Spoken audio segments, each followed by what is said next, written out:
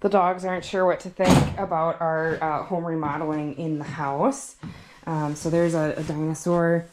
Oh, there they are. They think it's bedtime. Hi, girls. What are you doing? Hi.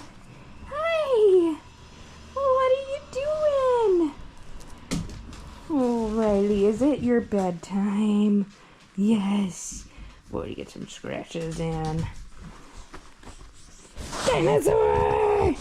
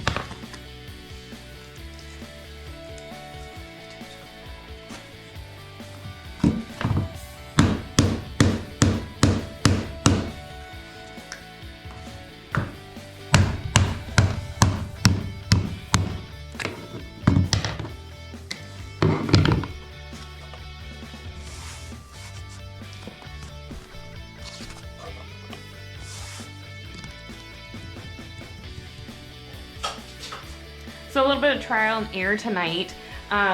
We watched a couple YouTube videos and made this with the sticky part that we showed you and talked about earlier when I did the voiceover, and that worked. However, we definitely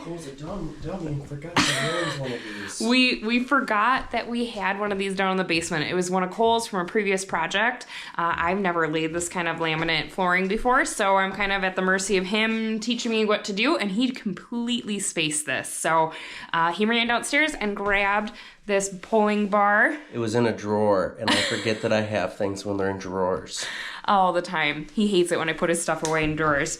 So anyway, we have now figured out using that with a scrap piece of wood, or a scrap piece of flooring here, worked out great to pull that floor into place using this pulling bar, how it's supposed to be used. So to get this piece in, we put that like that. We also learned not only does the rubber mallet shred when you're using that pulling bar, but it creates shock waves through the tool, and it bounces back, and so it causes the flooring to actually bounce around a whole bunch. So rubber mallet and that are not a good mix, and so use a regular hammer when using that. So hopefully this helps you guys out and you don't have to learn the hard way like we did. We maybe should have watched a few more YouTube videos before we started this DIY. Or if I just remember how to do things. We'll get there.